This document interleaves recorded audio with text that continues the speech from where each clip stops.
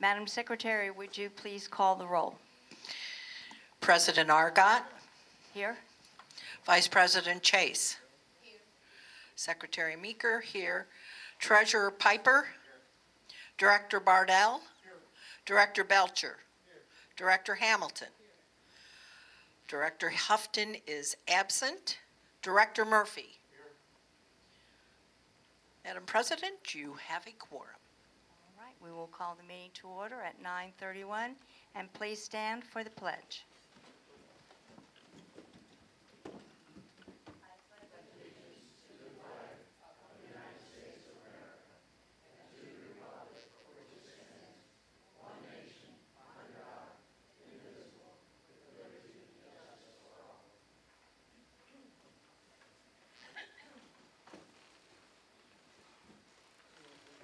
The first item on the agenda is open forum, and we do not have anyone signed up this morning. So we'll move on to approval of the minutes. To approve the April 12th, 2017 draft Federation Board of Director meeting minutes. If there are any changes or corrections, please give them to the secretary and the tape will be reviewed for accuracy. If there are none, the minutes will stand as written and distributed. Moving on to reports, management reports. Rick Dowswell.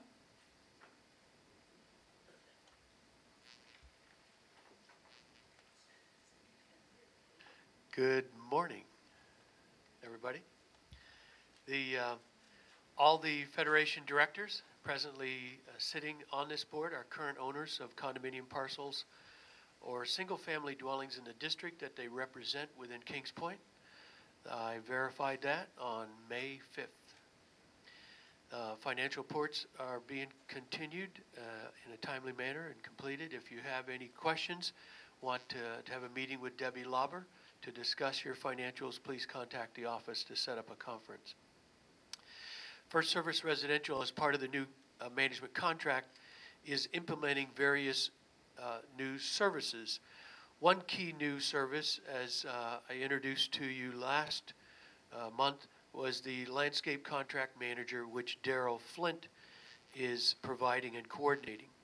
Another service we have begun to implement is converting each association's declaration, bylaws, amendments, and other bulk contract documents into searchable PDFs.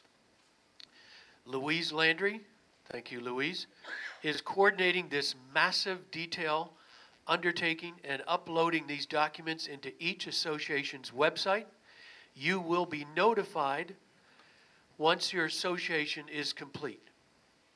Thank you, Louise. And it's a great undertaking. Great undertaking. On Thursday, May 4th, Maureen Connolly, First Service Residential's North Central Region Vice President, Barbara Carrington, and Jessica Guessway held an in-depth training session for all of the Kings Point team associates. The training was on the Connect data system and website development. This training will be ongoing as new features and services are rolled out to improve customer service and their experiences. OLM completed a random inspection on April 26th. The full report is on the kpscc.com website.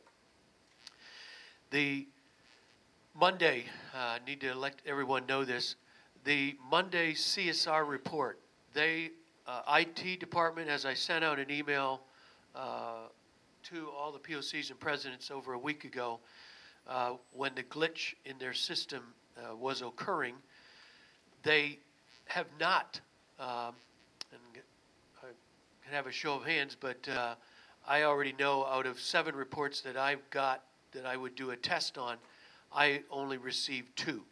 So that means the failure rate on the Monday morning report is about a 60%.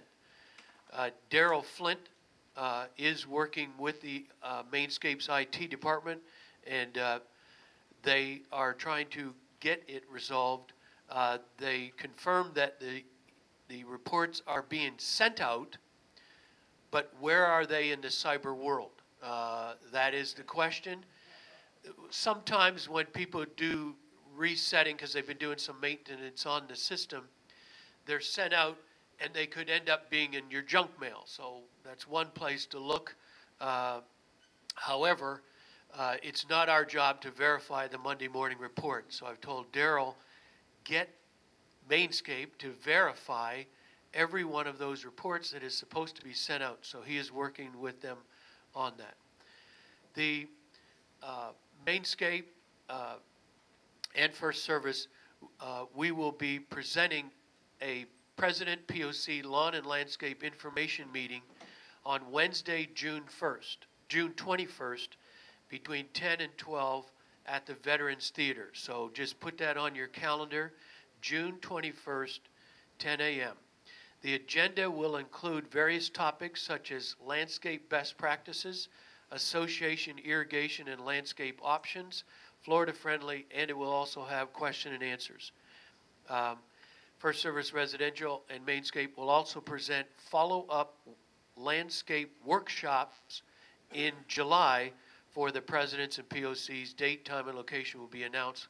And we, again, looking forward to your participation in those meetings. Currently, First Service Residential, the management team, is coordinating 4 association painting contracts, roofing, and various maintenance repairs. Last month there was 65 property transfers, bringing to the year-to-date 219, 45 leases, which brings year-to-date 182. We're coming into our emergency preparedness time with the hurricane season beginning June 1st, and we'll have a meeting for many of the agencies and associates here with ASI later this month, and we'll have that information distributed to all of the boards in June. And so it's just a reminder for you to start thinking about things that can blow away in case of winds, or if you're leaving your home for over a week or for the summer. Look, besides turning off your water main, besides turning off your fans, lights, and appliances, make sure you put away, store anything that would blow away, okay? So the winds from some of these storms are quite intense, and that's where a lot of damage can occur. Also, your emergency information, please update that, submit that into our office so we can put that into our system for any use that may be necessary in the future. Thank you. Thank you. Any questions for Mr. Dowswell, board, audience? Please step to the microphone, please, sir. I just wondered, Rick. Sir. Are they receiving our CSR? Let me repeat the question. We Yeah. need you to come to the microphone so the viewing audience can hear your question and response. Appreciate that. Please state your name and association. Yeah, Stu Gibson, Worthington president. I'm just wondering if the CSRs we're sending, if they're receiving them. You know, we don't know whether it's being done or not unless we go out and investigate everything we've sent. Exactly. The answer is yes. Daryl is getting all of your CSR requests. Those are being submitted in, but your confirmation on the Monday morning, you're not getting to see that. But every one of them are in the system. As I mentioned, I received from 2, but Daryl is receiving in the POC at fsresidential.com, where you send in your, and sometimes if you happen to send it in to Stacy, she's coordinating with Daryl to make sure that that CSR gets into and it's sent up to Indianapolis. Good question. Thank you. Any other questions? Move on to Vesta. Ginger? Thank you, and good morning. I'd like to start off by just noting the auspicious occasion that 9 days ago, on May 1st, 2007, that marks the that date marks the 10th anniversary of the formation of the trust and the acquisition of the Kings Point property by its residents. And Dan and I were speaking this morning about, congratulations, what a long, strange trip it's been for these 10 years. Just a fantastic, successful venture by the residents and their willingness to jump in and control their own destiny. So it's been 10 years and it's still going quite well, and so we just thought we'd note that it is the 10th anniversary. That being said, the 2016-17 year is closed. Dan will be reporting on that this morning. And it has been a busy, very busy year for us. Maintenance, the operation team, food and beverage, and business is still booming and continuing to grow here. Because of the timing, we're a little later closing out the year, so we estimate that the audit team will be contacting us for late May or early June arrival to begin their work here on the property. You've got my report. You can see the numbers there. The summer series is kicking off as it always does. We have already recovered more than the shows that were contracted, which is expected and budgeted to be so. First show is May 16th. Fitness center and spa usage, I won't read all your numbers, but as you can see on your chart in the bottom right and the colored numbers, you can see the year-to-date, for the month year-to-date, we're only 1 month into the year. For 2015 was 11,000 visits. We really peaked when the fitness center opened up to 13, and we've settled back down. Still more usage than originally, but it's kind of fun to watch those numbers. Spa performing well. We have finally got some history where we can, I think we were about $85 off budget, so we're finally getting that, so we can pretty much estimate what's going on there. Also, we've been on the Operation Notables final project improvements that were outstanding from the 16-17 plan, as Dan will talk to you about. Those are the ones we have to carry over this budget year. The theater backstage dressing room, you remember we had to do the cleanup of the tile, which had some asbestos in the glue. Phil reports that is 90% complete now. Many people have never been in the backstage area if you haven't been part of the performing acts and things, but it looks just absolutely wonderful back there. Now that the lighting is new paint, flooring, new vanity tops, etc. Really makes the old furniture look very dated now, but we'll work on that. The east-west social partition wall divider replacement, that's been installed. And the additional paving to the golf cart path, you remember the elbow where we had to take out the corner by the big tree, that should have been done Saturday. Was that finished, Phil? This Saturday, okay. And then we will do the seal coating 3 weeks after that, and of course we always have to say weather permitting, right? So the 17-18 projects, a couple things are underway. New two-door reach-in refrigerator installed in the catering kitchen. I think that was right as that one was saying goodbye to this world. It was like on its last moment of cooling there, that got replaced. AC unit installed in the backstage dressing room and panic hardware on the theater doors. As you know, the board is aware that we've been working with the master and ICG on some irrigation issues. Of note is that Turf Keepers working with Dana and ICG was, I'm sorry, ITS, my apologies. They located the source of water for the tennis courts and it was connected to the upper loop, so Turf Keepers now has rerouted that water so it's not drawing off of your loop system. That's been ongoing. And then I have one thing also to report here that Shawver doesn't want me to report this because we haven't actually seen it. He's kind of a Missouri show me kind of guy. But if you recall 7 years ago, actually through the efforts of Bill Richards, bless his heart, we had an energy audit done here in the community and they recovered. Well, it was time to do it again.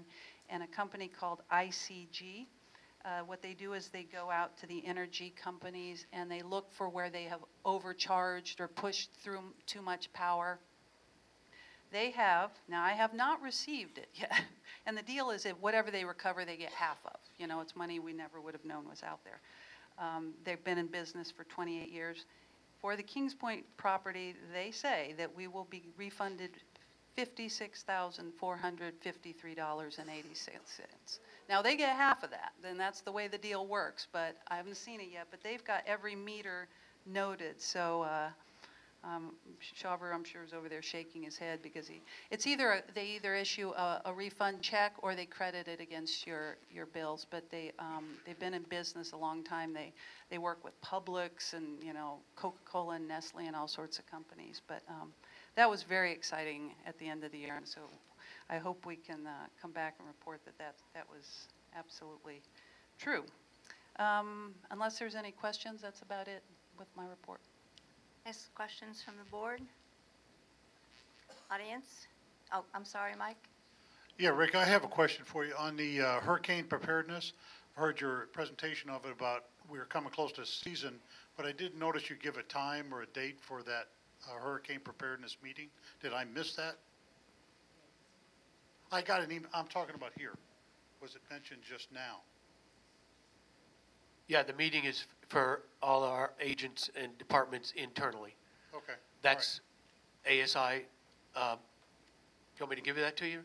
No, that's fine. Okay. I got the email. I was just wondering if you wanted to put it out. That's all. No, that's internal. For all those that have the invitation, Louise, you're getting confirmations back on that. It's the same location as it was last year. Yes, sir. Director Bell. I have a question for Ginger.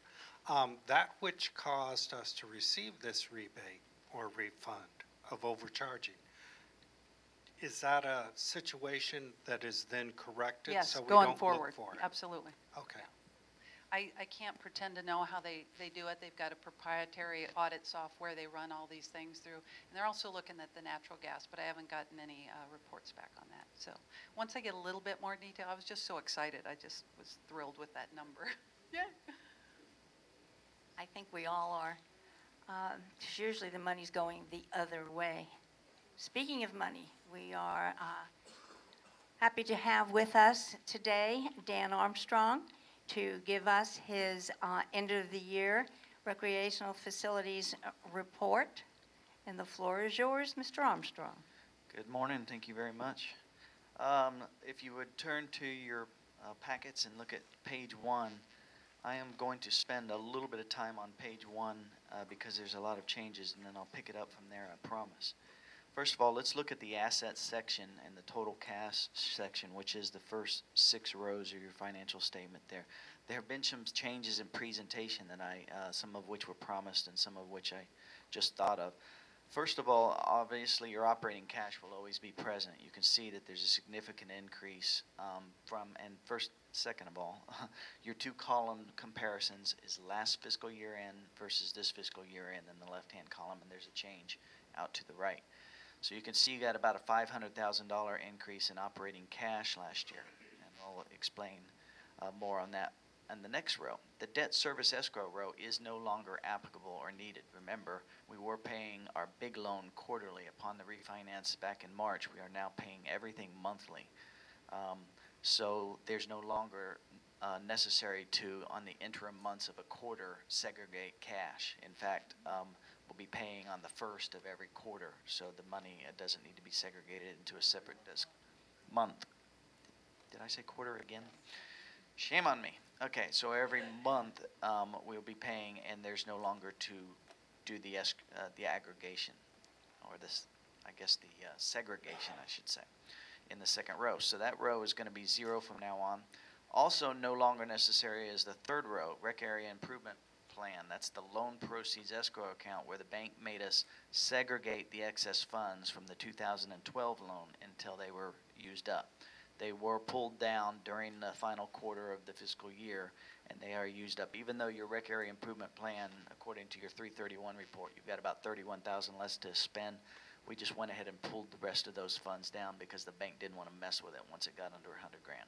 Okay, so all the remainder of those funds are in your operating cash. So in your mind, if you want to, you can separate $31,000 out of that operating cash as being related to unfulfilled items of the rec improvement plan as of March 31st. If I understand correctly, you've spent about half or more of that since March 31st.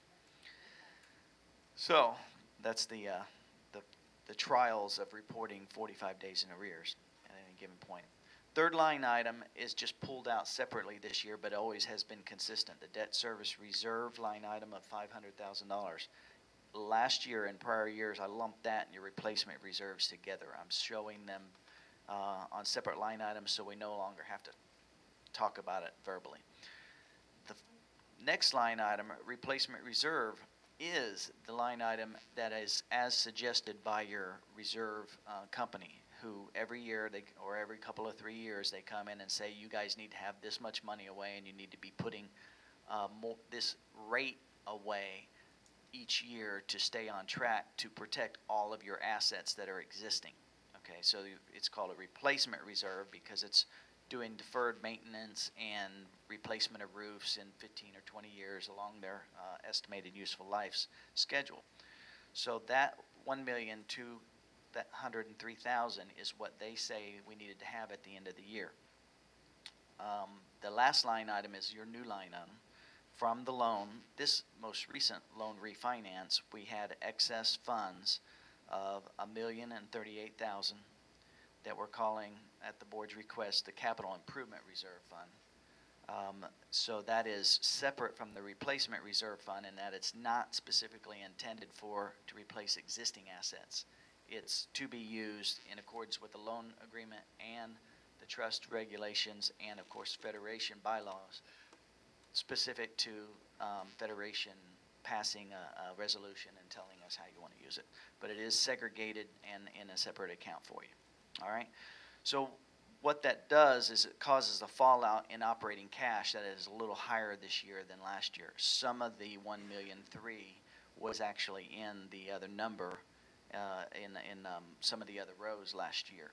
So as we discussed a little bit in the background through emails and through Ginger, you do have the ability to segregate up to, say, easily $500,000 of that $1.3 million into one or more of the replacement reserves at your direction anytime you wish to proceed. So obviously all of the cash is protected in accounts and not going anywhere unless it's upon your direction. But if you want to specifically restrict it, you may. All right? Now I'll pick up a little bit. The rest of the balance sheet, actually there's still a steady amount of change, but the next four line items in total current assets, those are all normal changes in inventory, deposits, etc. Your construction work in process, you did have a significant amount of projects complete since March 31st, 2016, and by March 31st, 2017. So you can see that $4.4 million goes down to $14,000. So you've only got $14,000 of work in process. Where does that go? Well, that beefs up the last number in the next section, the one that starts property and equipment acquired after acquisition. So right before the total assets subtotal, you can see that that line item went up by $5,027,000, which is about $600,000 more than the work in process went down. That $600,000 also accounts for the net cash decrease. Okay? So that all these numbers tie together so that you can see that one number is going up by enough, an asset is going up by enough to cover the decrease in cash. All right? Let's go on. Your total current liabilities section does come down quite a bit this year over year because you no longer have to accrue so much interest at any given month end. Since you are paying monthly now, you don't have 2 months of accrued interest at the end of the quarter like you used to. All right, you'll only have 1 month's accrued interest. So at the end of this fiscal year, you only had $88,000 of accrued interest payable, that third line item in that subtotal. Everything else in that line item is pretty normal changes. Accounts payable swings by $200,000 to $300,000 in an entity this big. So that section is real normal. Last one I'll have to spend some time on is the long-term debt section. Obviously, in March, on March 20th, you refinanced your long-term debt. You refinanced 2 old loans into one new, larger loan that provided some net proceeds, paid off an interest rate swap agreement that allowed the annual debt service reduction of about $635,000 per year for the next 15 years. So excellent job. That trickles down to, what is it, $9.46 over last year's debt service, a decrease, $9.33 per unit per user over what we had budgeted for this year. So that's a great trickle down. Now let's go on to page 2, and I promise I won't take as much time going forward. This is the detailed version of your statement of financial position. Again, this document, the statement of financial position, is a picture in time of all your assets and all your liabilities and your net equity. This particular page shows by division or operating department, depending on the word you want to use, and then it consolidates to a total in the right-hand column that ties to that front page that we were just looking at. Okay, so there's a lot of detail there that we won't get into. Page 3 is your statement of cash activities. I have finally, as promised, added, Rick did for me, I almost forgot actually, thank you Rick, to add a budget comparison to the global page so that it has a little bit more meaning. Remember, we've spent a lot of time always going through the trust, the rec area, security, and transportation, actual versus budgets. Now you can see it at the total. So right after this page, you can fall asleep if you want, and you don't want to go into the detail of the next 4. But you can see, let's go through some of the subtotals. The total revenues, for instance, you can see we had budgeted in the middle column, $11,724,000, and to the left, you can see we achieved $11,904,000, a difference of $181,000 rounded. Where's the most of that difference? Well, it's almost all in food and beverage, where Rudy did an excellent job of exceeding what we thought was a tough budget set for him. Remember, the prior year budget was about $770,000, so it went to $1 million, and he achieved $1,000,001. So what did we do to him? We set this next year budget that we started at this year at almost 1.2. So, not that revenues, is important unless it's services provided to the homeowners that want the service. So, all the better if it can make you happy and provide within the gates the same service that you would pay for somewhere outside the gates. So that is the reason for that favorable budget variance of $110,000. Also, assessment revenue was a little bit higher than budget. All right, operating expenses, next subtotal is the easiest way to go rather than go through all the line items at this level. You can see that we did spend another $191,000 more than budget, and we'll explain why in a moment. I don't want to do it on this page, but you may recall we've been talking about all year long, the $218,000 carryover in the replacement reserve account that occurred back in the first quarter because of the change the auditors made us make way back in May or June of last year. So if you add that back in your mind, that number is actually a favorable variance on the expense side, which of course makes the operating income a favorable variance. But we'll show you that in more detail next when we get there. The other income and expense section is just a recap of all the big line items that are non-operational. The debt service expense is under budget by $41,000 rounded, and that's because you refinanced your loan in March 20th. So in just 10 days at the end of the year, you saved almost $41,000 because of the refinance on interest. And then there are a couple of big variances to budget there in the swap unwind line and the amortization expense. First of all, the swap unwind fee is, of course, the fee that you paid to refinance the loan to get that long-term savings that will pay for it over, it will break even out there in the future. And that, of course, was not budgeted or planned. The amortization expense is a non-cash line item. It's just for GAAP accounting. So I only book it at year end, and it is not related to the budget, so we don't put it in the budget. Okay? All right, so let's get into the detail of the individual entities. Well, first, page 4, of course, is the same as page 2 in that it shows the by division results of the statement of cash activities. So all the profit and loss activities showing your net operating cash flow at the bottom by division. And the right-hand column ties to the page before it. And then on page 5, we can start individually comparing the divisions. The trust I won't spend much time on because it's very straightforward. The exceptional items related to the interest rate swap and the amortization are in that bottom section. So let's go right above that to the line item called net ordinary income or loss. And that's the one that you want to pay the most attention to in this instance. In the right-hand section, you can see we budgeted in this department about $28,000 of net income and reached $113,000 of net income. 41,000 of that, let your eye go upward into the expense column. $41,000 variance in the right-hand column is the interest expense on financing that I just mentioned. And you also saved about $43,000 on capital replacements for the office buildings that was not expended. So whenever it's in the trust, that line item is referencing specifically the 1902, 1904 buildings. All right? So that $84,000 variance is the total of your variances on net ordinary income for that section. All right, page 6, rec area. First of all, let's see. I'm not sure if I refreshed you. There's 2 sets of 3 columns in each of these page reports, of course. The left-hand set is always the most recent quarter, and the right-hand set is going to be the year to date. In this case, it's 12 months or 4 quarters. So the first sub break there, total income, you can see that we budgeted $10,000,005 rounded and reached $10,000,006, about $134,000 favorable variance. Again, most of that is in food and beverage.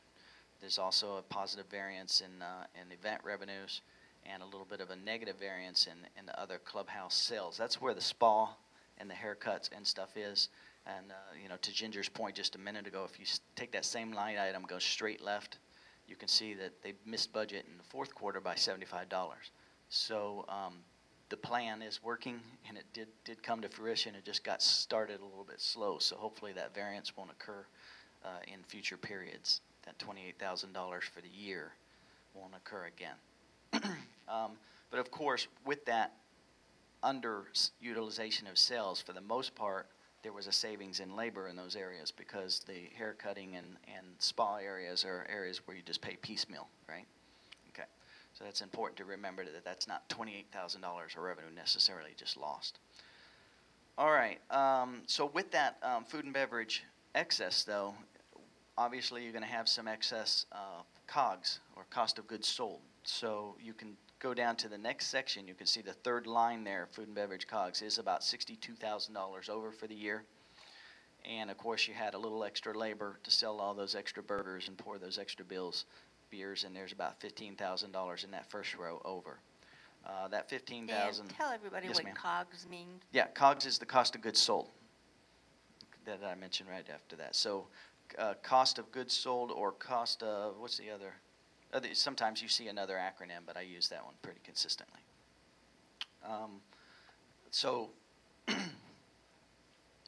To go into more specifics, I'm sorry. Absolutely. The bun, the burger, and or the beer or the ketchup or the actual good that is being purchased and held in inventory for a later sale. You wouldn't include electricity, insurance, or labor in that line item. It's a cost of goods sold. It's the direct cost of the actual item that's being sold. Apologies. All right, so those first 2 rows offset each other, but the COGS is an incremental expense. Luckily, it's far less than the incremental revenues, so we're in good shape there. Going down to the 4th item in expense, far right-hand column, of course, is our focus for the most part. You can see there's a $21,000 over expenditure on other club operating costs. We took a look at that, and interestingly, it's mostly credit card expenses. About 17 of that 21, I think, is credit card expenses. Last year, I remember, we were about $9,000 off. So 2 years in a row, the usage of credit card in the community is increasing dramatically. 4 or 5 years ago, the credit card usage here was much, much lower. So, we need to take a look at our relationship again to see if there's any way to cut that rate. But the fact of life is that, even folks here in this community are using credit a whole lot more than, it's just efficient. It's, so it's easy to do. And we'll just have to get used to that. And we'll budget more appropriately next year. Next line item, the repairs and maintenance line item, you can see is about $38,000 rounded over. With additional sales and additional traffic in the clubhouse, there's just a whole lot more to do. We took a look at that, and we see that the bulk of it is there's just a whole bunch of line items for maintenance and replacement of refrigerant on the equipment. I noticed Ginger mentioned one of the chillers is being replaced next month, so hopefully we won't have those continued bills to keep those things running there. Also some AC compressors went out and service calls to keep those things running. And then there was about $12,000 worth of fire extinguishers and sprinklers came up with related to the system this year. What would you call it? Not extinguishers, the fire suppression system. And they rerouted some sensors and when we did the wood shop. When we did the wood shop and the studio, and it's just expensive work, and some elevator work as well. It's just. Yep, so maintenance was just heavy this year. The following line item is we'll get into the explanation about how the $218,000 from the prior year worked. That line item, the property replacement expenses, is the line item that's closely tied to your property replacement reserves. Every year we create a list of items that we expect to have to do during this year, and it's a page that's specifically listed in your budget package. You can remember with segregated by building usually, and then within the buildings we talk about whether it's entertainment related or electrical or spa or fitness, etc. So those line items are specifically listed out. This past year, in fiscal year 15-16, there were some line items that we didn't get done by year end.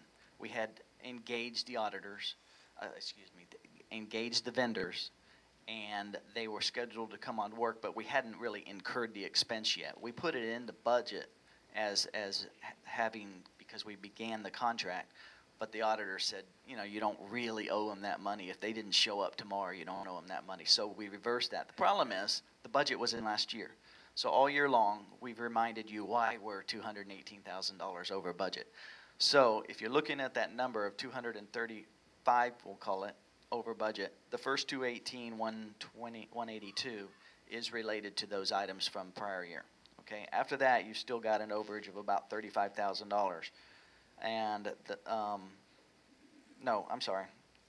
Do those numbers again, Dan, of about $17,000, and 16 of that 17 is related to the issue in the men's steam room. Is that right? Which was completely out of service and falls under the emergency category. You may remember that Ginger reported that in one of the meetings that we've got to do it. It's out. So that's not the kind of the item that you can hesitate on because it's a major service provided to the unit owners that needs to continue. So that's why that category is over budget. Good news is, to segue a little bit, you're properly reserved and you had those excess funds that I talked about when we were on the very first page of the extra $500,000. Even after that expense, you still have $500,000 of unrestricted surplus operating cash that you can use for projects, you can put away for a rainy day or whatever. Okay. So now back to this page.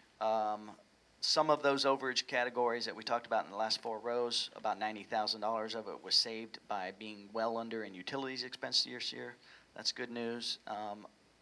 Other administrative costs was $1,000 under, and insurance was about $10,000 under, which is really good news because that was 2 years in a row that we've had significant decreases, and we got another one coming next year, and with our renewal information, it looks like.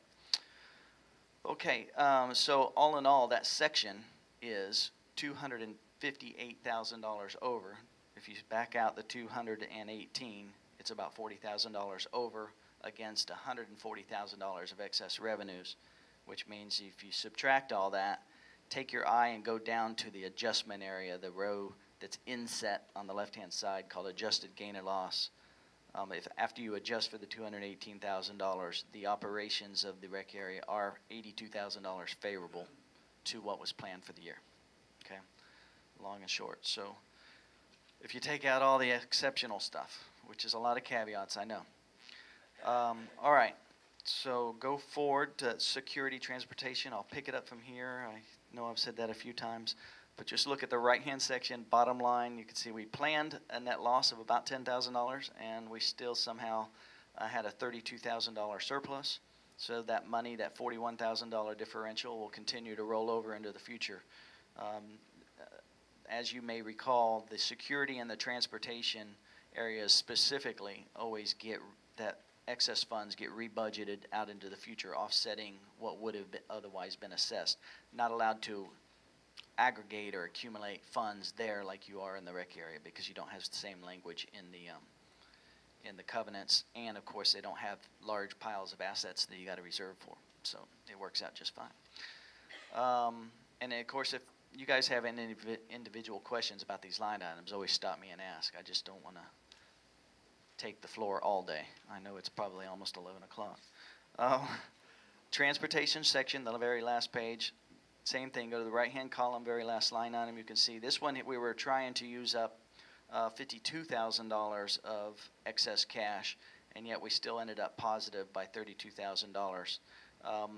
Well, a bunch of that is actually the fact that going way back, think back to last March, we had availability of a tram that was scheduled for fiscal year 16 and 17 that popped up on our radar, and we were able to pick up early on. So we were able to move that into the prior year. You had the cash available, so we expended the budget, and we're over budget last year, and then that line item is empty. If you look at the property replacements expense line item, it's zero actual versus a $65,000 budget.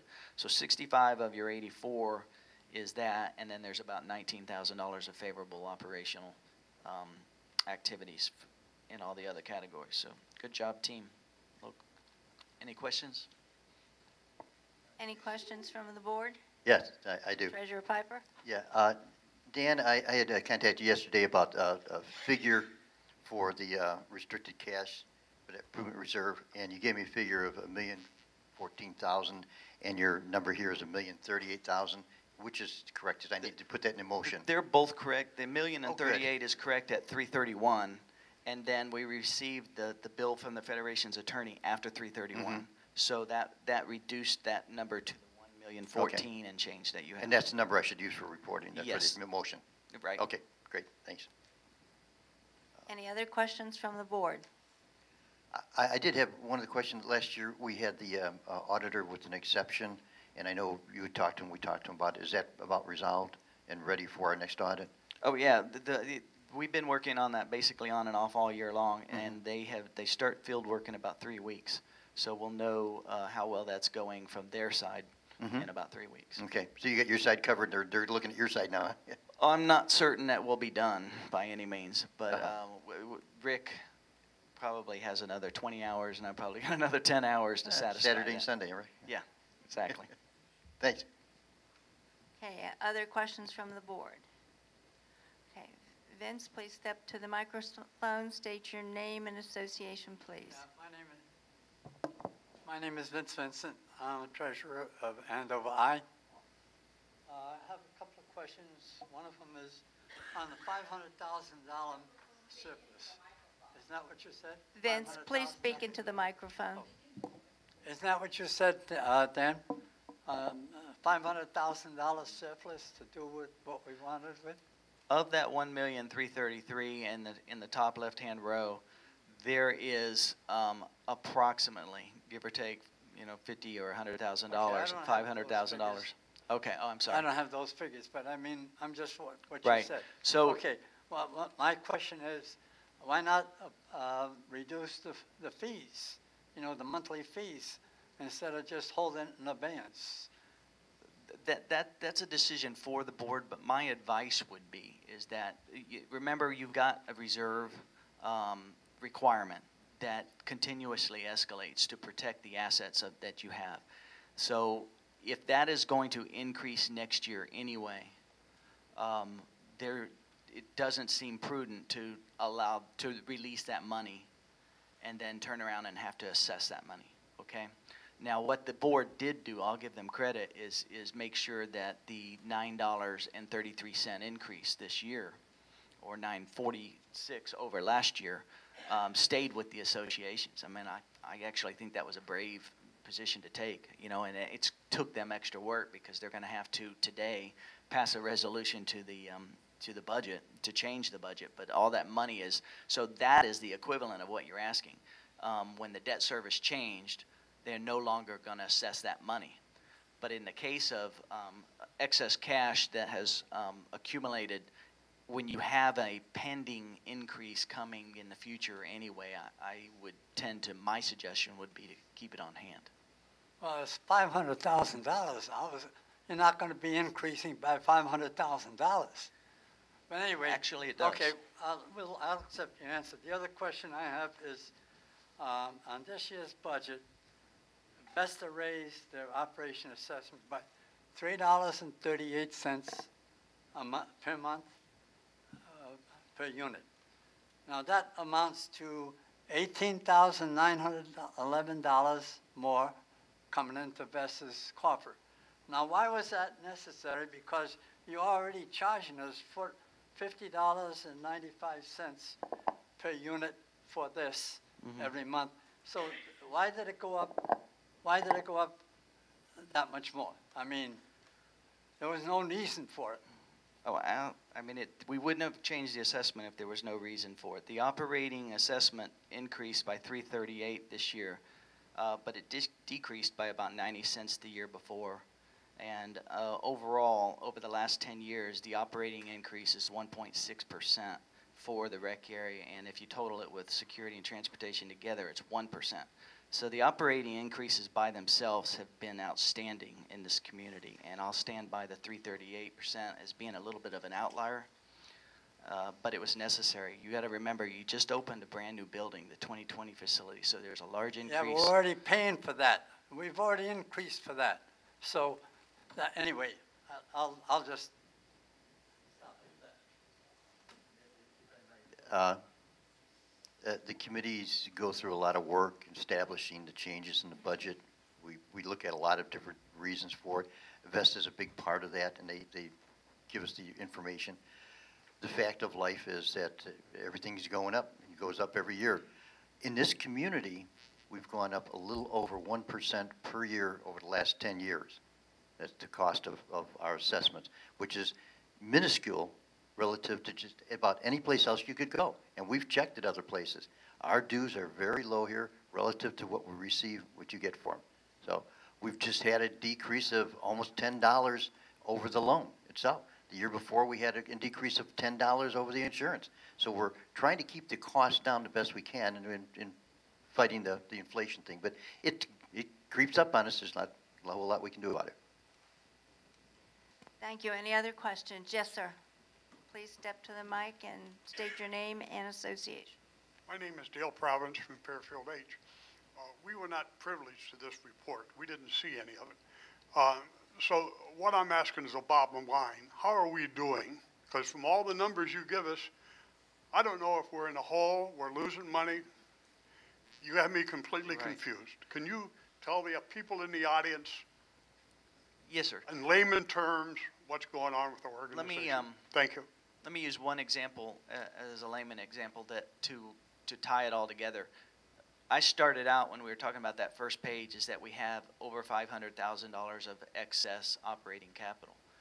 We didn't assess that, okay? That money was not assessed. That was savings on operations. So over the last 2 years or so, there have been $500,000 extra, to use a bad term here, fall to the bottom line, because it was a part of the assessment that was not used for operating expenses.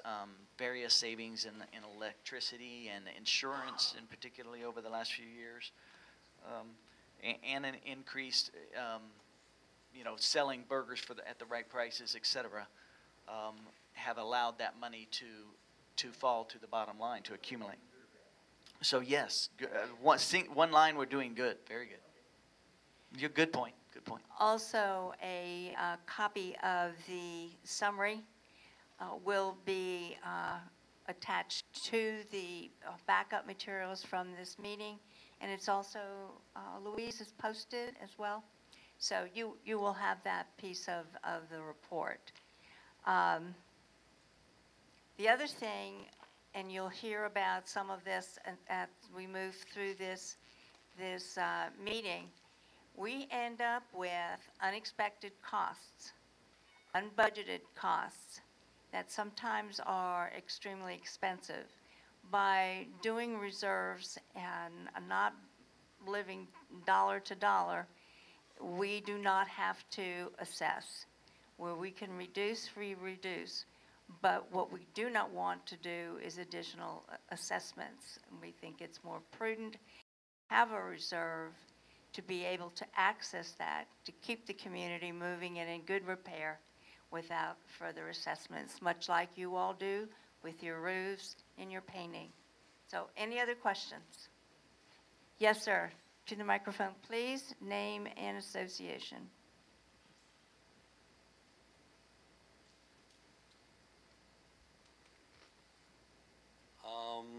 I was somewhat involved. Carl Menardis, Oakley Green. I was sort of involved with these wonderful people over here when we first started working on this stuff. I was in the REFEC committee, I was on the finance committee, and I don't know if any of you realize, but in the leases that we signed when we purchased our property, if we had not bought this property ourselves and had these wonderful people managing for it, there was a clause in that contract that anybody else had bought it, they could have raised our assessments 10% per year. We would not be able to live here if we had not bought this property and protected ourselves. Thank you. That's very true. That is so true. Any other questions or comments? And Mr. Menardis, I'll take that comment anytime. We do appreciate the services we get from Vesta. Any other? Okay, moving to the next item on the agenda is a report from the Communications Committee. Treasurer Piper. Hello. Last meeting we had, last board meeting we had Pam Graffinino from Spectrum give us a presentation. And what had happened is she came to the board or to the committee and said that they had looked at our usage of internet in the community and found out that about 80% of the people have internet already, and we're paying a higher price than what the bulk price was, and that she had an offer for us.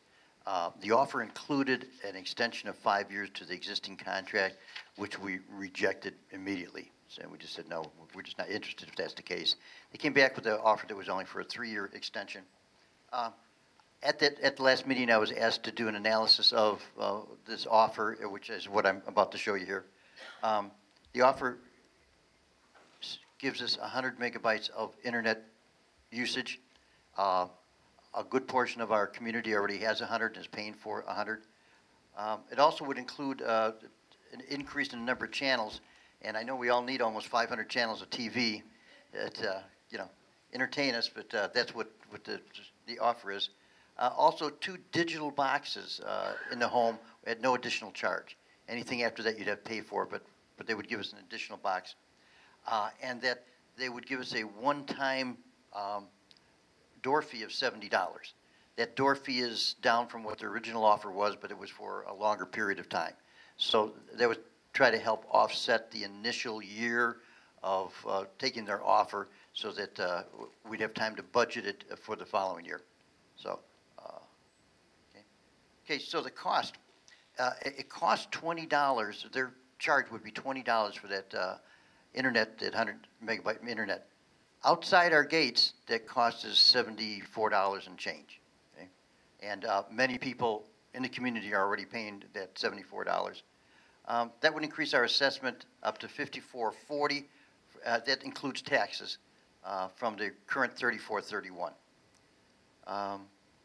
They do, like all the contracts, they have a 3% escalation clause each year that they can initiate. They've been just below 3% each year, so they try to keep it just below. Make it look good, I guess. And then current contract extension through 2022 of making it 3 years. So, what does it cost? Well, there's 21% of the community, or 1,175 units, homes, residents, do not have internet at all. Okay? So it would cost them an increase in their dues of $20, and they don't currently have the internet, but they would now have internet whether they used it or not. My straw poll of a couple communities on the usage of internet found that a lot of these are rental units where when people come in, they put their own internet in. They already have TV, so they add the internet. So that was a good portion of it. And some of it's people that live here and just don't use the internet. So they would have to pay this additional $20. That amounts to a total of about $23,000 a year that they would be spending. So I looked at the other side of the coin on this analysis, and that's that there are almost 80% of the residents, or 4,420 homes, that are now paying about $96,000, or anywhere between $25 and $75 a month to have internet. And I got that from the figures I got from Bright House. And I'll show you that in more detail here. You see at the bottom there, those that have 2550 or 100 or even as much as 200 megabytes of internet, and what they're paying for it and what that cost would be. Let me back up a minute again and show you that's more than $21.83 that they're spending out of their pocket on average to pay for difference that they would pay if we didn't accept the offer. In other words, we just said, no, we're not going to go with it. Okay? So the decision, and let me tell you, this is not a board decision. This is a membership decision. It's something that the community is going to have to decide as to whether we're going to have people, 1,100 people charge $20, or 4,400 people charge an additional $21.85. Okay? And what services that they would provide for them.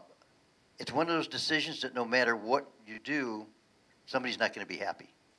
Right? So do we want 1,100 people unhappy or 4,400 people unhappy?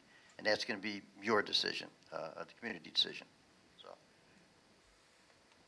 going back here, you see that the $20 for the 21% of the people, or $21.83 for the 79% of the people. And this is a breakdown. I was amazed to see that there's over 265 residents that currently have over 200 megabytes of service that they're paying for. So somebody's doing some real computing out there. Okay? And that even above that, there's another 700 that use 100 megabyte.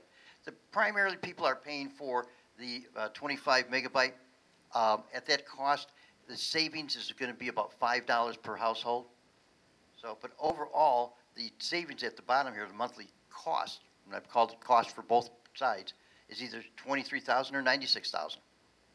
So I'm just putting the numbers out there for the community to look at. We're looking for feedback. The committee's looking for feedback, what you think is going to be best for you, or what other suggestions you might have.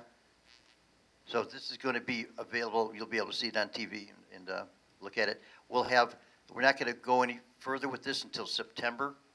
We're going to be able to look at it over the summer, talk to them further about the offer, and in the September meeting, we're going to present this same presentation to the total membership. And at that time, they can look it over, and we'll talk about it some more.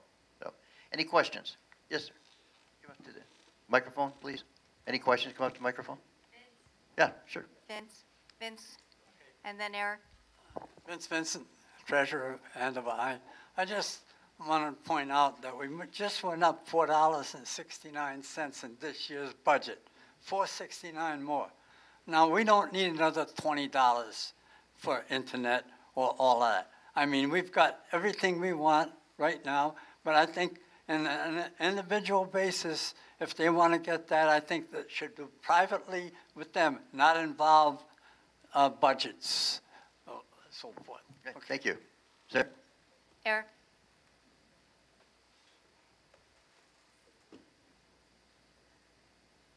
I am Eric Huff. I'm president of Manchester 3.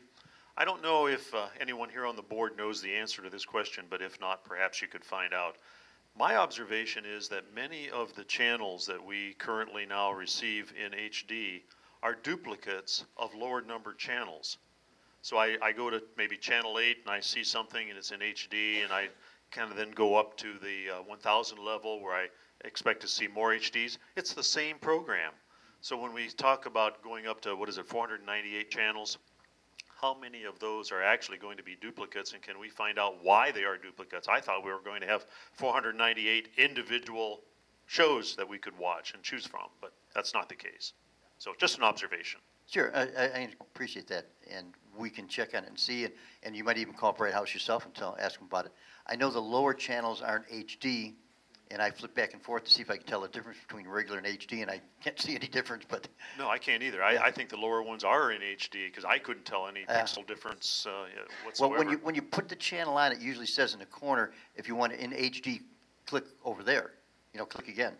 And then it's supposed to switch you to the HD, but I don't see a whole lot of difference. So, but yeah, for your own edification, you might want to go ahead and call Bright House or Spectrum and ask them about it and see what channels you're actually getting. But I will do it too. Well, if I find enough time in my week, but that's probably one of the least things I worry about. Yeah, well, I've got a time crunch too, so we'll see. Thank you. Okay, who's next? Yes, sir. Yeah. Would you want to come out up here and get in line to next question? Yes, sir. Ed Court, president of Tremont 2. I have a question, basically. The extension of 3 years, I think, is a smart thing to do. However, during that period of time, we need to go out to AT&T, Spectrum, et cetera, and start getting bids, okay? And they're going to give you a price. Well, that price, you can say, okay, can you recover it in 10 years? If they say, no, we can't recover our costs in 10 years and we won't make a profit. Can you do it in 15 years? Well, in 15 years, if they say yes, we could go with a contract that would give them 15 years, they recover their cost and make a little profit, but we still stay at a lower price. The other thing I'd like to address to the audience, if you have a neighbor, you live in a fourplex, and you have a neighbor that has internet, and you have internet, actually, talk to your neighbor. One of the two need to drop their service because you get a bleed over and you can access their internet. Now you drove the price down. I'm not sure we can legally do this. Huh? Now you drove the price down of your internet service and everything. I personally do it because I have a snowbird that lives next to me. You realize you're on television, right? Oh, yeah. That snowbird, that when they come down, I let them have my code, et cetera, and they use my internet service. But they're very generous. When they leave, they give me a gift certificate and everything. But serious. I don't know if you want to say all this on check TV. Your neighbor's back off a little bit. service. You're paying, we'll say $35, $50. You're going to drop your price to $25. But now, how did I know about this? I used to do a lot of cell with a buddy of mine that we upgraded. I'd go to a friend of mine, which was a cousin. He didn't have internet service. So I took my car, drove into an apartment complex. If they didn't have a secure access service, you dial it up and you pick up the internet and everything else, you can do what you want. Right. So, thank you very much. Appreciate it. okay. Ms. Culp? I'm Dorchester A. President Jim Culp. I don't think that the association or the federation can legally obligate unit owners to a service they can get somewhere else any more than they can obligate somebody to get an oil change or buy food. Just because it's a good price doesn't mean we can do this contract. Well, thank you very much, but we didn't say we were going to do it. We said you're going to do it. It's going to be a decision of the membership, not of the board. I don't think the membership can obligate the owner to buy something that they can get somewhere else. And I'll I go- would we'll bring check a into lawyer it. to a meeting to prove that point. Bob. Okay, that's fine. Okay. Thanks.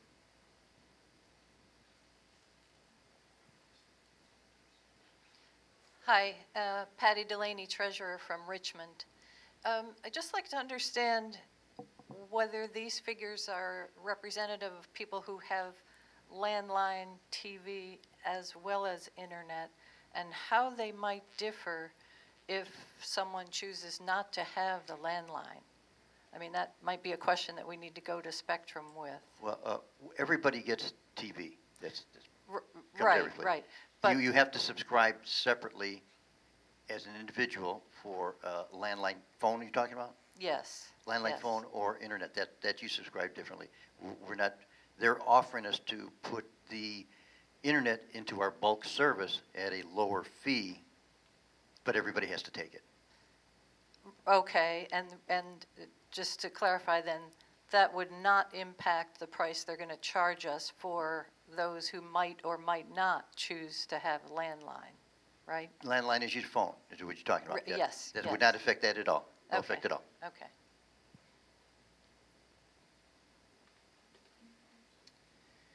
Mike McClinic, Kensington. My question is, the whole scenario is a good one. There's a lot of pluses and minuses, but it doesn't fit everybody. Would any of the associations, as an association, have the ability to opt out? No, it's The a new bulk contract? It's a bulk contract, and I understand it's a bulk contract, but Right. The answer is no. Couldn't something be negotiated with 110 associations instead of 114? We brought that up to them, and they said, no, all the associations that are part of the federation, it's a bulk contract that covers every association. Okay, so it's all or nothing then? Okay, thank you. Yeah, I asked them too, because I thought that would be a good idea, but they said no. Good morning. Paul Grossman, Maplewood, Treasurer. The question is, can Spectrum provide by association the services that each unit owner has so that we can review it over the next coming months to see the impact on the majority of our unit owners? In other words, how many unit owners have TV only? Or how many units have TV and internet and phone? All owners have TV. Everybody gets TV. It's part of our, it's the only bulk contract we have is for TV. And the internet? Internet is offered to us, it's on an individual subscription right now. Right, I understand. They're offering it to us on a bulk service, but it would be, I don't know that they're not making any offer that we can try it. Excuse me. My question is, can Spectrum provide us with a by unit within our association who has internet also, so we can look at the impact on the majority of the unit owners? Am I not I guess I clear? still don't understand the question. I understand what you're saying. You of that 1,100 and something, 1,175. who But I'm don't- trying to who bring it don't down have to an internet, association. You would like to know per association how many. Or on per- request, if Yes, possible. That's what he wants to know.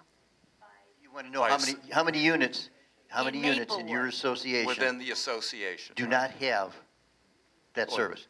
Correct. I asked them for that information. They could not do it on an individual basis. But could you poll how many units you have in your association? 102. 102? Could you poll them or something to find Sure, out? I can do that. Yeah, because I don't think, it's the only way you're going to get them. I don't think we can help you. Can they do it?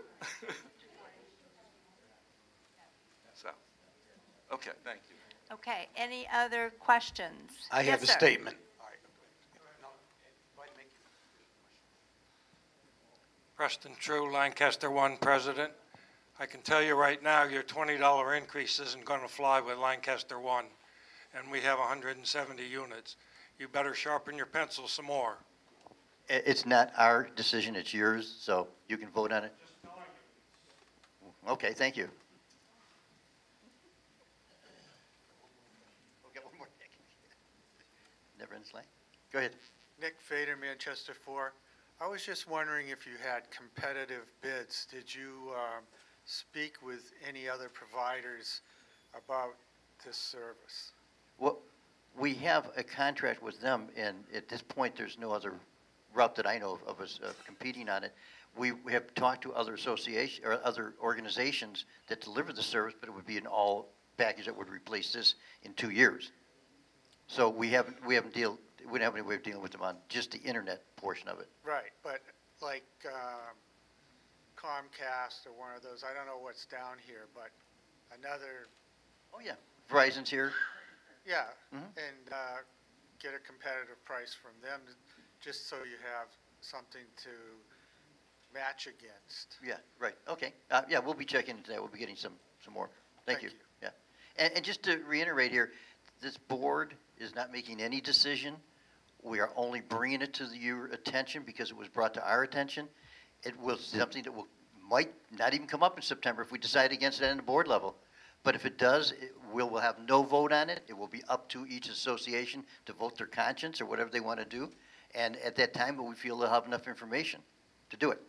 Tom had a statement too. Yes, good morning. And the Communication Committee really wanted to start this early. We're 2 years away from that contract expiring with Bright House. All right? Right now, there's nobody out there sitting that could tell us what the new number in 2 years is going to be. All right? Or what services will be around in the next 2 years. But we did allow Bright House to come in and do a presentation because they're our vendor at this point. All right? Second of all, it got the community talking. All right? Right now, there's so many services out there, and there's a lot of vendors out there. All right? And there's a lot of opinions. We have almost 6,000 opinions out there that we can get. So we wanted to start the dialogue going early because we do have a committee that's going to be working on the choices. We're going to interview anybody that wants to give Kings Point a good, fair price. All right? And that's down the line. It's not something that's going to be made today.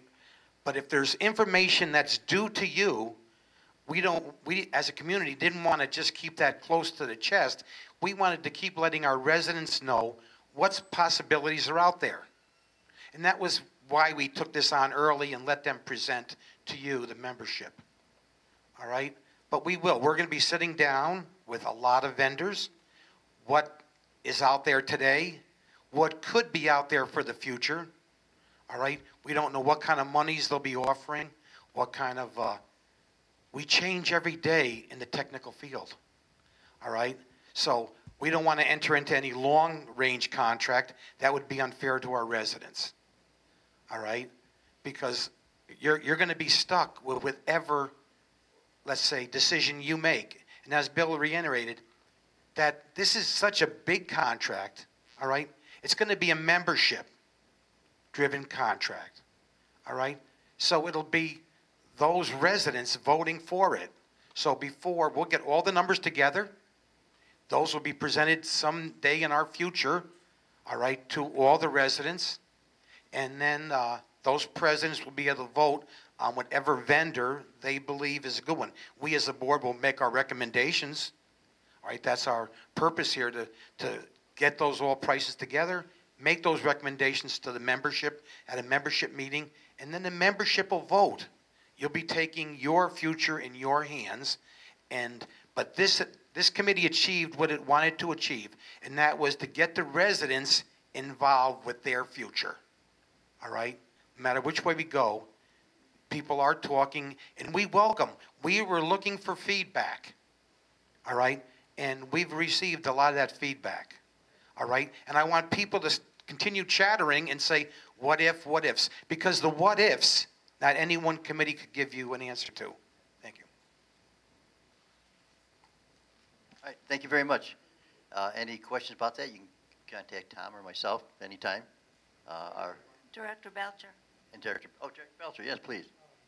I have a question statement. First question is, if the 3-year extension were to take place, would that include the kiosks, because that had been sort of a Achilles heel with our current contract?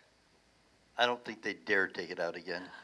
Well, because they're only obligated at this time through 19. It's an extension of the contract, so yeah, it would include all the elements we have right now. Okay, and my statement is, you heard in the financials about the purchase of the bus that we bought recently and saved a lot of money for internal transportation. I have never ridden on one of the internal transportation buses, but I believe they're extremely necessary. If you want to look at it negatively, you can say I was forced to help pay for that, but I think it's an important thing. I was forced to help pay for the heated pool. I've not been in the heated pool. I think it's an important thing. We are a community, and like insurance, you cannot participate because we can't have 5,900 people show up one day to play pickleball. But what happens is we supply and provide many different divergent possibilities that serves the community as a whole. we live together in the society, and certainly there are different people that have different wants and desires. And that's how we service those, is by providing different possibilities, especially, I would think, we would be charged with looking to the future. Thank you very much. We've talked about that. You know we have. All right, this is getting out of hand, folks. Let's move on to the next item on the agenda, the Treasurer's Report. Treasurer Piper. Yes, thank you, Madam President. The year-end report was provided to the board at the last meeting and in April, but because of interruption in my travel, I wasn't able to make the membership meeting, or present it then. Be presented at the May meeting. That's the year-end report from the Federation. Okay. One of the things I pointed out then, and again, is that there was a $34,000 shortfall in the reserve accounts that we'll have to be making up for in the next budget. So I'm getting the information out early that there's going to be an increase in the budget. Okay. Thank you very much. Thank you. Oh, I'm sorry. Question. Vince, please. It's more or less a comment. I just want to commend Bill Piper for negotiating the loan agreement. It brought the interest rate down from 6.2, am I right? 6.5 to 4.22. And I think that's big. Even in spite of $1 million prepayment penalty we had to pay Vesta. Okay, let me just correct that a little bit. The prepayment penalty or swap did not go to Vesta. It actually went to the investors that put up the money that originally made the loan, which they did through Bank of America, but Bank of America just kind of pulled it together. A swap is different because we can't get a regular mortgage on this property. So Vesta didn't make a dime on this thing. They take care of it for us, but they don't make any money. Okay? So, but I thank you very much for your comments. But keep in mind that everybody who sits at this table lives here too, and we're all looking to save money just like the rest of you. And we don't do things that hurt you because it's going to hurt us too. Okay? We do things that help all of us. Thank you. Any other questions or comments? All righty. Next item on the agenda is the President's Report. I need to talk a little bit about the RFVC. Unfortunately, committee member Ron Munson from Region 1 has had to resign from the RFVC. He has been a very valuable member of the committee, and he will truly be missed. He has stated that he has enjoyed the 3 years he's had the opportunity to participate and serve on the committee tasks and activities. RFVC Region 1 now has a vacancy, and it is for 1 year, completing Ron's second term of service. With Ron's resignation, there are 3 vacant positions on the RFVC. Two committee members of the RFVC are now Federation board members, and as I just stated, 1 member had to resign. Since the last vacancy has just occurred, the date for submitting letters and resumes of intent to serve on the RFVC has been extended to May 31st. Terms are Region 1, which is Ron's, is for 1 year, and then that would open up a year from now to begin the new cycle. Region 2, 2 years. Region 4, 2 years. It is extremely important to have resident membership on the RFVC. It's an executive committee that provides boots on the ground and eyes for the Federation Board. As a community, we strive to remain active, addressing our dynamic, diverse residents, and this is one way unit owners can help and give back to their community. You heard us talk a lot about that this morning as we went through budgets, et cetera.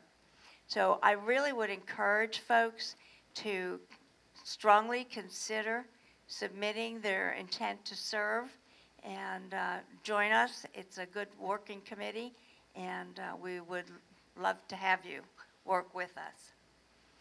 One other thing, committees. We have had the opportunity, speaking of unit owners, to add 2 members to our committee. Ron Forsher to the Communication Committee. He was very much involved in the original contracting with Bright House. Wayne Hughes to the Insurance Committee. Wayne has a vast background of experience in insurance, and we're happy to add him to that committee. Lastly, irrigation and Florida-friendly plants. Rick was talking about the presentations and the next one coming up. We know that all of those presentations have been well attended and well received. Also, Ginger mentioned the issues that we've discovered with where the irrigation water comes from. So we'll be working with Turf Keepers and Vesta to relocate some water sources so we get them off the upper loop, as the upper loop is designated for residential irrigation. So as Rick said, we have more sessions planned for presidents and POCs, with the next one on the 21st. So please put that on your agenda and try to attend. Next item on the agenda, unfinished business. Director Belcher.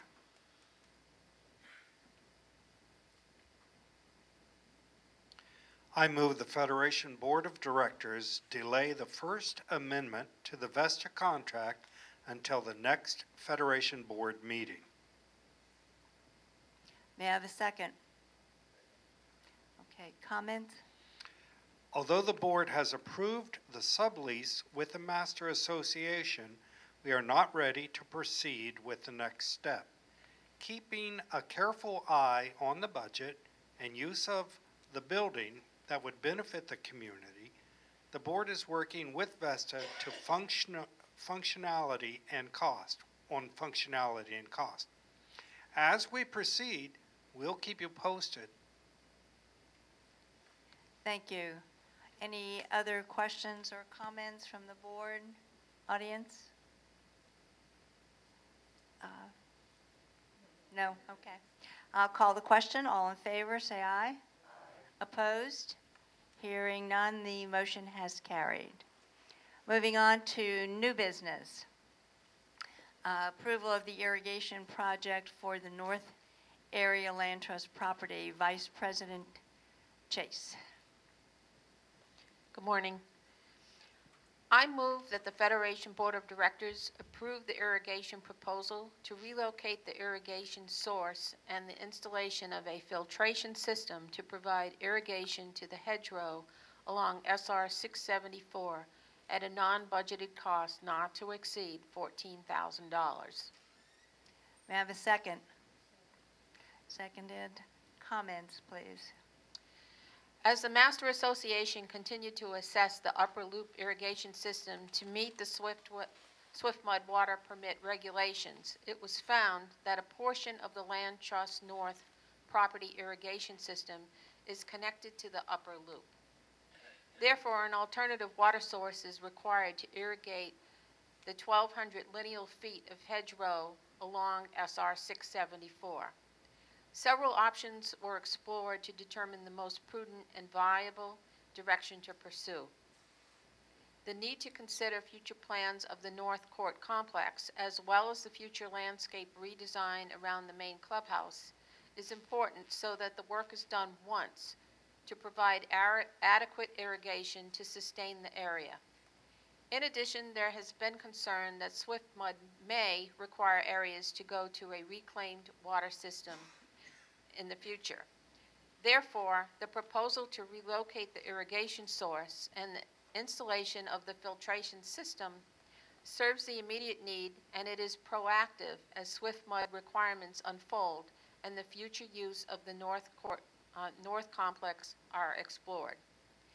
As this issue has been identified, funds were not allocated in the 2017 to 18 budget, becoming a non-budgeted item. The funds to cover this required cost are available. Additionally, it is important to remember that the upper loop water distribution should be used for residential irrigation to the greatest extent possible. Thank you. Questions from the board? Comments from the board? Vince, please step to the microphone. Vince Vincent, Treasurer of Andover. I just want to ask, it sounds very prudent that this be done, but isn't that, how about the over $1 million we spent for the same thing? I mean, you know, for our sprinklers?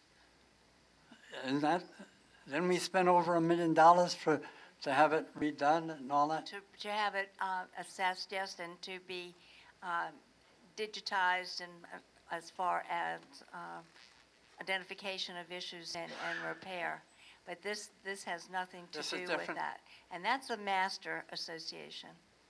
Okay, thank you. Thank you. Any other comments or questions? Hearing none, I will call the question. All in favor, say aye. Aye. Opposed? Hearing none, the motion is carried. The second item under new business, approval of Maplewood Condominium Association requests. Secretary Meeker. I move the Federation Board approve the request of Maplewood Condominium Association, Inc. to replace their Cypress B mulch on a temporary basis with pine bark due to the presence of artillery fungus in the Maplewood plant beds as identified by independent experts retained by Maplewood Condominium Association. All costs related to mulch application, required follow-up expert inspections, and further treatments shall be borne by Maplewood Condominium Association, Inc. May I have a second? Second. Questions, comments, board members? Audience? Okay. Oh, I'm sorry, comments. Yeah. The reason for the requested accommodation is due to the presence of artillery fungus in the Maplewood plant beds, which could spread rapidly. The artillery fungus has been tested and identified by independent experts retained by Maplewood Condominium Association, and those experts have recommended the removal of all cypress mulch and within and outside of the Maplewood Condominium Association. The association has agreed the area will be inspected again, and the need for continued use of pine bark will be revisited at the time at the request of Maplewood Association Board of Directors. Notice of today's board's decision will be provided to the Maplewood Association Board by letter from the Federation Secretary. Now, questions, comments from the board or the audience? Okay, call the, yes, sir.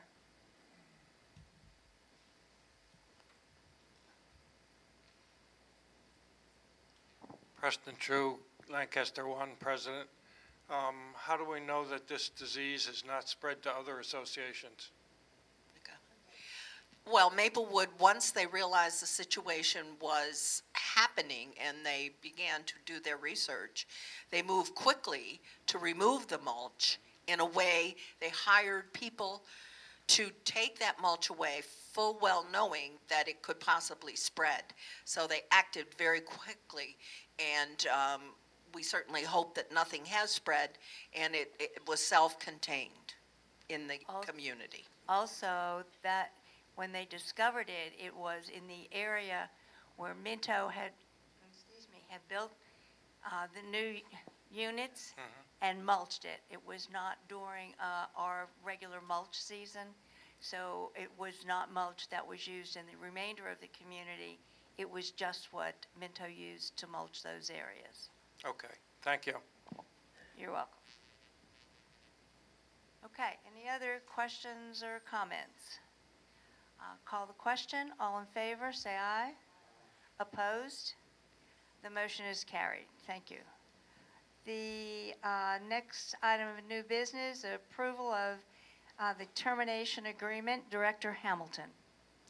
I move that the Federation Board approve the office termination agreement between the KPW Board and the Land Trust representative, which is the Federation Board of Directors, and Vesta Management, releasing all parties to this agreement from any and all obligations, rights, claims, or demands by and between each party as delineated in the attached termination agreement effective on May 10th of 2017. May I have a second? Second. Comments? On April 10th, 2017, the KPW Board began providing their warranty services from their new location in the old Kings Point Executive Course Clubhouse, vacating their space in the 1902 Clubhouse Drive facility. To memorialize the termination of the use of the facility, a termination agreement has been developed. As stated in the motion, the intent of the agreement is to establish the release of all obligations relative to the space for all parties who are part of this agreement to be effective May 10th of 2017. Comments, questions from the board? From the audience? Okay, call the question. All in favor? Opposed? The motion is carried. Last item under new business is approval of debt service assessment. Treasurer Piper.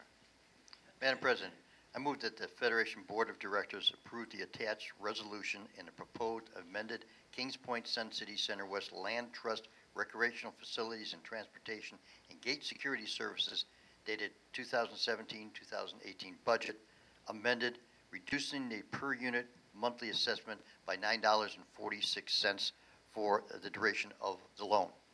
Okay? The change is from a $68.94 charge originally to a $59.48, that amount of $9.46. May I have a second? Okay, comments? The drop in percentage rate in 2016 provided the Federation Board the opportunity to refinance the Kings Point Sun City Center West Land Trust Loan Agreement of 2007.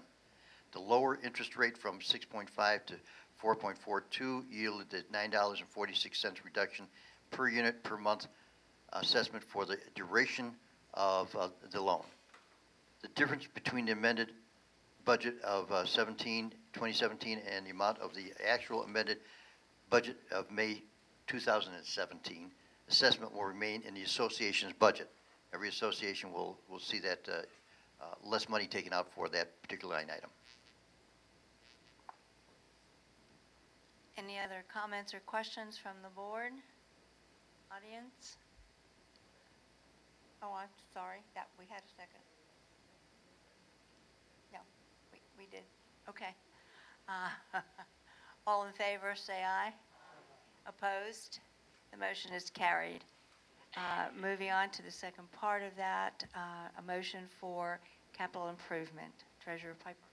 Move the Federation Board of Directors authorize the execution of this power of direction to the trustee pursuant to the Kings Point Sun City Center West Land Trust Agreement dated April 27, 2017. That's called the trust agreement.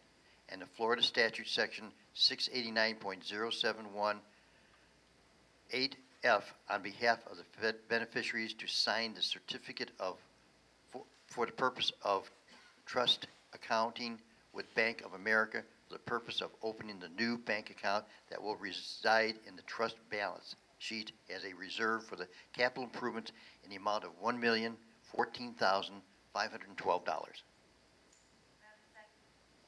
Second. After the negotiations and loan fees and documents were satisfied, any remaining funds were earmarked to create a capital improvement reserve account for future projects. This reserve account would be built upon annually to eliminate or minimize the need for any future loans for funds for capital improvements. This concept has been part of the refinancing project to eliminate future borrowing and to pay down the loan debt. Yes. Any other questions or corrections? I believe we had a misspeak. I think I heard you say April 2017 instead of April I may have, yeah. 2007. April 2007? Let's make sure that the record. Right, okay. Trust okay. agreement dated April 27, 2007. Okay. Any other questions or comments from the audience? Okay. I call the question. All in favor? Opposed? Okay, the motion is carried. And that brings us to the last item on the agenda, good and welfare. Any comments anyone wishes to make? Please step to the microphone at this time.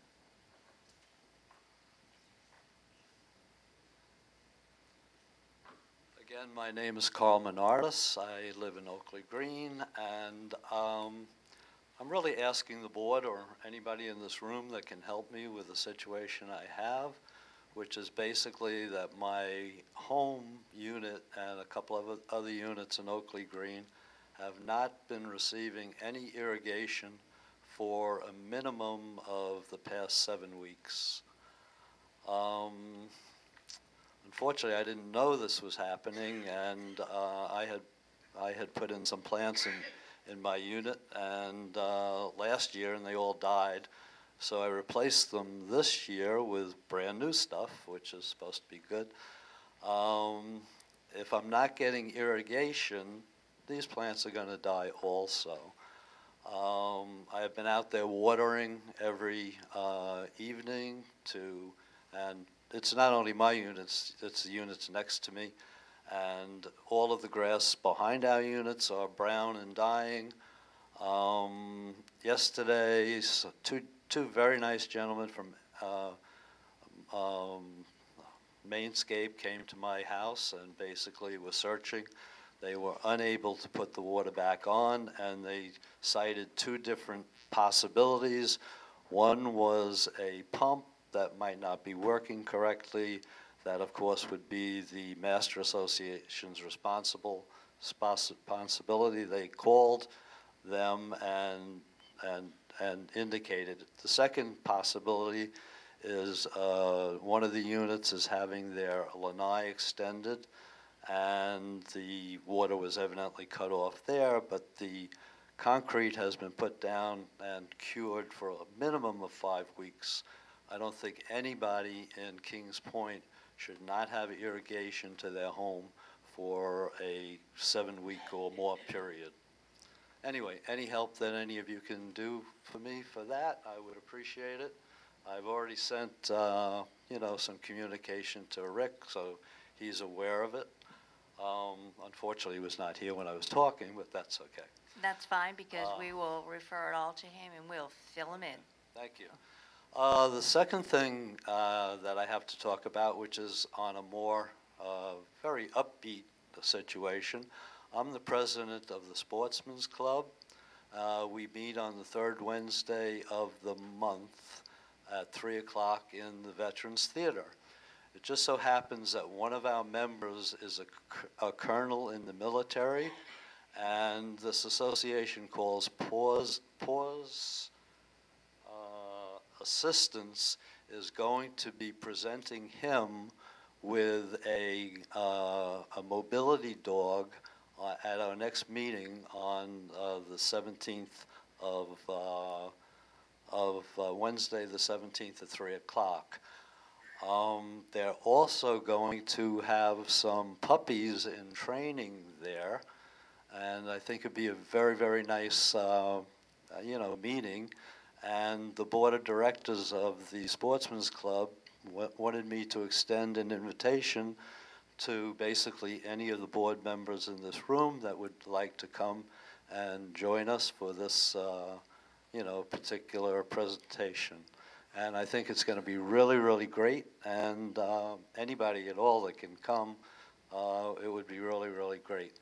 Also, I understand too that a bunch of Vietnam veterans from the East Coast who have a motorcycle club will be coming over from the East Coast to, be represented at this meeting. So anyway, please join us. Okay, and you said next Wednesday at? Next Wednesday, the 17th, at 3 o'clock in the Veterans Theater. Thank you, I appreciate the invitation. Any other statements? Yes, sir. Preston True, Lancaster One President. I want to bring to the attention of the board my problems with Mainscape. We had a couple diseased palms in the complex, and Mainscape brought that to our attention. They removed the 2 palms but left 2 holes in the ground. I have been unable to get any response back from Mainscape about filling them. The invoices are being refused by Stacy at First Service. They just don't respond to me. And I've got another request to remove vegetation around a fire hydrant. They have done nothing about that. What are my recourses here? Can I get another landscape company in to do this work for me? I mean, if they're not going to do the work, I can't keep the property up. Okay, 2 things. Number 1, I'll send it on to Mr. Dowswell to follow up with you. And also, you, by contract, have the opportunity to hire another contractor to remove any trees and roots, et cetera. Okay, thank you very much. Any other comments? May I have a motion for adjournment? A second. Favor, say aye. Thank you all for your attendance and attention.